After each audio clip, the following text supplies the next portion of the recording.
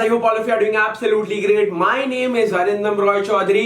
This is the first episode of the strategy series building to JEE Main 2021 first attempt और the February session. कल बहुत सारे videos हमारे viral हुए थे जहां पे हमारे एनटी के डायरेक्टर स्पेसिफाई कर रहे हैं कि JEE Main cannot be held in the month of January 2021 like the previous years. तो obviously this time competition बढ़ने वाला है. हमको अपना best foot forward रखना है ताकि अगर लोग x मात्रा से आगे बढ़ रहे हैं हम 2x 3x और आगे बढ़ जाए और हमारे रैंक को बूस्ट अप कर सके. ठीक है, तो इस चीज को समझो कि यार ये सारी वीडियो जो आने वाली स्ट्रेटेजीज की इन सबको एग्जीक्यूट अगर करोगे on the day of JEE Main और जितनी प्रिपरेशन है उन दिनों में इन पे अमल रहोगे आपका बहुत फायदा होने वाला है. This is the first episode and we are going to focus on how to develop concentration for your JEE Main 2021 preparation. ठीक है, प्रिपरेशन की आज बात करने वाले हैं. सबसे पहले सिनेरियो लेते हैं. ठीक है, एक बंदा A, दूसरा बंदा B. जो बंदा A है आपका वो दिन में 10-12 घंटे नहीं देता है पढ़ाई को, वो बंदा सिर्फ 6 से 8 घंटे पढ़ाई करता है लेकिन फुल कंसंट्रेशन के साथ. जो दूसरा बंदा है वो बहुत मेहनती है. पर्सन बी ये दिन में 12 घंटे पढ़ते हैं, 13 घंटे पढ़ते हैं, स्लीप साइकिल कुछ नहीं है, एग्जॉस्टेड रहते हैं, कंसंट्रेशन इनको घंटा फर्क नहीं पड़ता लेकिन ये इतने घंटे देते हैं. किसको ज्यादा फायदा होगा, पर्सन ए को या फिर पर्सन बी को? इस बंदे ने आवर्स बहुत दिए, इस बंदे ने आवर्स कम दिए. इस बंदे ने लेकिन जितना भी उन 6-8 घंटे में पढ़ा वो उसको पूरा याद है. इस बंदे ने कल भी जो पढ़ा उसको वो भी याद नहीं है. तो obviously person A will get an advantage over person B. हमको ज्यादा मेहनत नहीं करनी है, हमको ऑप्टिमल मेहनत करनी है. ठीक है, और उससे मैक्सिमम बेनिफिट्स हमको निकालने हैं. स्लीप साइकिल सुधारना है, कंसंट्रेशन आपका एकदम चरम सीमा पे रहना चाहिए. ठीक है, इस चीज को समझो. कॉन्फिडेंस डिराइव करने के लिए सबसे पहली बात, ठीक है, कॉन्फिडेंस और concentration these are interlinked things और इन दोनों को डिराइव करने के लिए आपके पास एक ट्रस्टेड सोर्स होना चाहिए. सबसे पहली बात, जब मैं कमेंट्स देख रहा था मेरे पुराने कुछ वीडियोस के तो मैं देख रहा था यार लोग बोल रहे हैं कि यार भैया मैथमेटिक्स के लिए हमारे पास ट्रस्टेड सोर्स है. बहुत सारी वीडियोस है यूट्यूब में, अनअकैडमी में, हम देख लेते हैं. फिजिक्स के लिए भी द सेम केस. आपका chemistry is made up of 3 things, physical, organic and inorganic. Physical और इनऑर्गेनिक ये दोनों ऐसी चीजें जहां पे ज्यादा विजुअलाइज नहीं करना पड़ता है. The visualisation thing basically comes in for organic chemistry. अब बहुत से लोग जितने भी अभी 12th में ना वो लोग मेन ऑर्गेनिक केमिस्ट्री भी कर रहे हैं, जो लैटर पार्ट ऑफ केमिस्ट्री आपका 12th का वो कर रहे हैं. अब लोगों को क्वेश्चन क्यों नहीं बनते, क्योंकि लोगों के पास बेसिक ही नहीं है. आईयूपैक, आइसोमेरिज्म और हाइड्रोकार्बन, जब तक इन तीनों का ज्ञान लेके नहीं आगे बढ़ोगे ना आपसे क्वेश्चंस नहीं बनने वाले. इस चीज को समझो. यहाँ पे जब तक बेसिक आपके क्लियर नहीं होंगे आईयूपैक के, आइसोमेरिज्म के और किस चीज के, आपके हाइड्रोकार्बन के, आपसे तब तक क्वेश्चन नहीं बनेंगे. अब लोग मेरे को बोल रहे हैं कि यार भैया इन चीजों को मास्टर करने के लिए क्या हमको हर एक चीज पेड लेने की जरूरत? बोले नहीं यार, अनअकैडमी में जाओ. मैं आपको डिस्क्रिप्शन में एक लिंक देके रखा हूं. हमारे top educated Unacademy Mohammad Kashif Alam sir, we at Unacademy call him MKA sir, उनके तरफ से पहले एक प्लस का कोर्स था. जितने भी प्लस स्टूडेंट्स थे उन्होंने पहले देख चुका है ये वाली क्लास.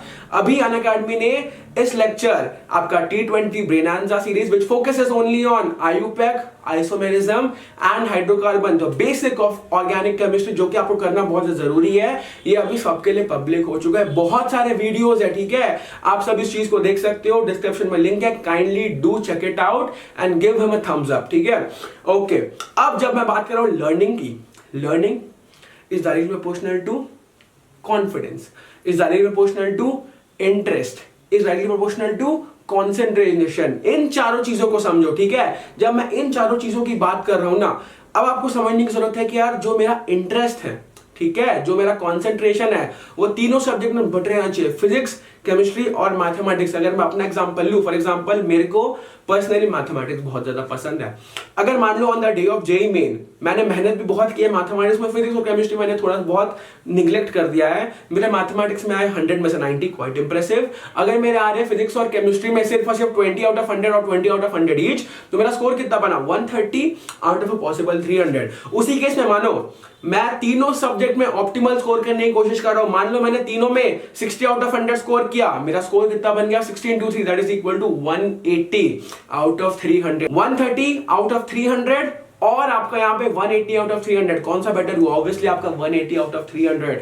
तो आपका जो कॉन्सेंट्रेशन है, मैं बता रहा हूं, अगर आपको 100 बंदे JEE Main के लिए प्रिपरेशन करते हैं ना, वहां से कम 90 ऐसे लोग होंगे ना जिनका एक फेवरेट सब्जेक्ट होता है और वो लोग सिर्फ उसी में ना इंटरेस्ट से पढ़ाई करता है, कंसंट्रेशन से पढ़ाई करता है. लेकिन तीनों को साथ लेके चलोगे आपका फायदा होने वाला है, ठीक है। इस चीज को यहाँ पे क्लियरली समझ लेते हैं।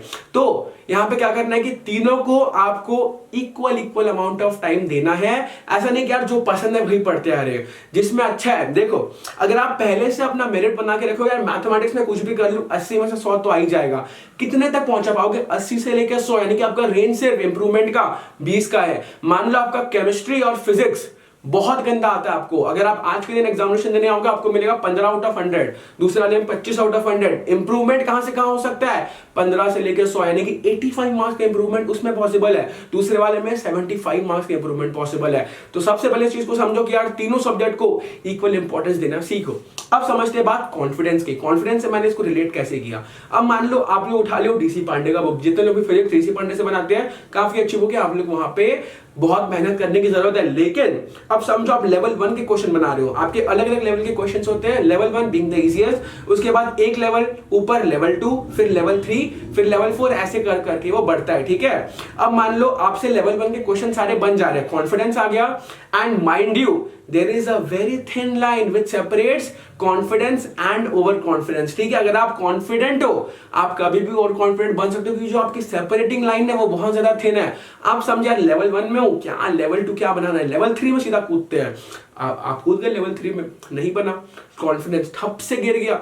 ये हो गया पहला मॉडल, ठीक है। दूसरा मॉडल बताता हूं आपको, सेम ओवर कॉन्फिडेंट हो आप, लेवल 1 के सारे क्वेश्चन बन गए, आप लेवल 3 में गए, नहीं बना, कोई बात नहीं, आप वापस लेवल 2 में आए, आपसे वो भी नहीं बना, अब आपका कॉन्फिडेंस डबल गिर गया, ठीक है।